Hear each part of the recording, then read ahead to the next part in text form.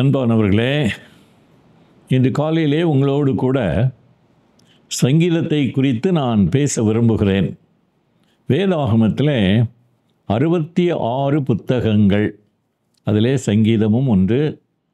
எனக்கு ரொம்ப பிடித்தமான புத்தகம். அதிலே உள்ள ஒவ்வொரு வசனத்தை நாம் தியானிக்கிறோம். இன்றைக்கு 11ஆம் சங்கீதத்தில் 4வது வசனம். கர்த்தர் தம்முடைய பரிசுத்த ஆலயத்தில் இருக்கிறார். கர்த்தருடைய சிங்காசனம் பரலோகத்தில் இருக்கிறது. அவருடைய கண்கள் மனுபுத்திரரை பார்க்கிறது. அவருடைய இமைகள் அவர்களை சோதித்தறிகிறது. கவனிச்சிங்களா? சரி, கர்த்தர் எங்கே இருக்கிறார்? பரலோகத்தில் தம்முடைய சிங்காசனத்தில் இருக்கிறார். அங்கே தானே அவருடைய இடமே, பரலோகம். The Lord is seated on the throne. அதனால தான் ஒரு பல்லவியில் God is still on the throne அப்படின்னு ஒரு அருமையாக சொல்லியிருக்கு. இதில் என்ன சொல்லியிருக்குன்னா, அவருடைய கண்கள் மறுபுத்திரரை பார்க்கிறது. இதை வாசிக்கும் போது எனக்கு 2 காரியம் ஞாபகத்துக்கு வந்துச்சு. ஒன்று என்னென்னா, நான் என்ன செய்கிறேனோ, என்னெல்லாம் செய்கிறேனோ அதெல்லாம் ஆண்டவர் பார்த்து கொண்டே இருக்கிறார். நிறைய காரியங்களை நம்ம மறந்துடலாம், யாரும் பார்க்கலன்னு நினைக்கலாம். சின்ன பையன் அம்மா செய்து வச்ச கேக்கை சாப்பிட ஆசை, சாப்பிடக்கூடாதுன்னு சொல்லிட்டாங்க. ஆனால் இவன் ஜன்னல் கதவெல்லாம் மூடிட்டு நேரே மேஜை மேலே ஏறி அந்த கேக்கை எடுக்க போகும்போது, இவன் எதுக்குடா இதெல்லாம் பூட்டுறான் அப்படின்னு சொல்லி சந்தேகப்பட்ட அவங்க அண்ணன் மேலே கூரையில் போய் நின்று பார்க்குறான்.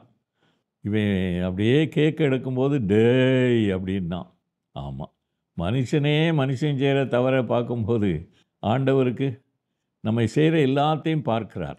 அப்படின்னா அவருக்கு மிஞ்சி நாம் எதையுமே செய்ய முடியாது இல்லையா? ஆமாம். 2 காரியத்தை நான் சொன்னேன். ஒன்று, அவர் பார்க்குறதுனால நமக்கு ரொம்ப சந்தோஷம். யார் என்னுடைய கண்ணீரை கண்டார்கள் என்று சில வேளைகளிலே வேதனைப்படுகிறோமே, ஆண்டவர் நம்முடைய கண்களை காணுகின்றார். ராத்திரியில் நம்ம படுக்கைக்கு போயிட்டோம், ஆனால் படுக்கையை தலையணையை கண்ணீரால் நனைத்தால் அதை பார்க்கிறார் ஆண்டவர். மட்டும் இல்லை, அது நம்ம மேலே கரிசனை உள்ளவர் பார்க்கிறார். இன்னொன்று, அவருக்கு தெரியாமல் எதையும் செய்ய முடியாது. பார்த்தீங்களா? அது ஒரு பெரிய எச்சரிக்கை. It's a warning. It's an encouragement and also it's a warning. Encouragement that God knows all that happens in our life. Warning, we should not do anything against Him. ஆமாம், அவருடைய இமைகள் சோதித்து அறிகிற சூழ்நிலையிலே நாம் அதை மனதிலே கொள்ள வேண்டும். இன்றைக்கே பாருங்களா, நம்ம செய்கிற எல்லாத்தையும் ஆண்டவர் பார்க்குறாருன்னு நம்புகிறோமா? வேதாகமம் சொல்லுகிறது, தெளிவாக சொல்லுகிறது. சங்கீதக்காரன் அதை அனுபவித்து சொல்லுகின்றான். ஆமாம், அதனால் நாம் சோர்ந்து போக வேண்டியதில்லை. நமது கண்ணீரை அவர் அறிவார், கவலைகளை அறிவார். மட்டும் இல்லை, அவருக்கு விரோதமான எதையும் நாம் செய்யக்கூடாது. செய்தால் அதையும் பார்க்கிறார் ஆண்டவர் இல்லையா?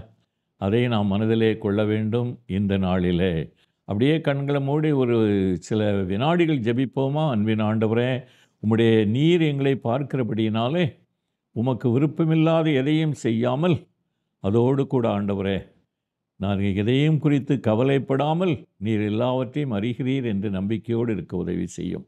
இயேசுவின் மூலமே, ஆமென்.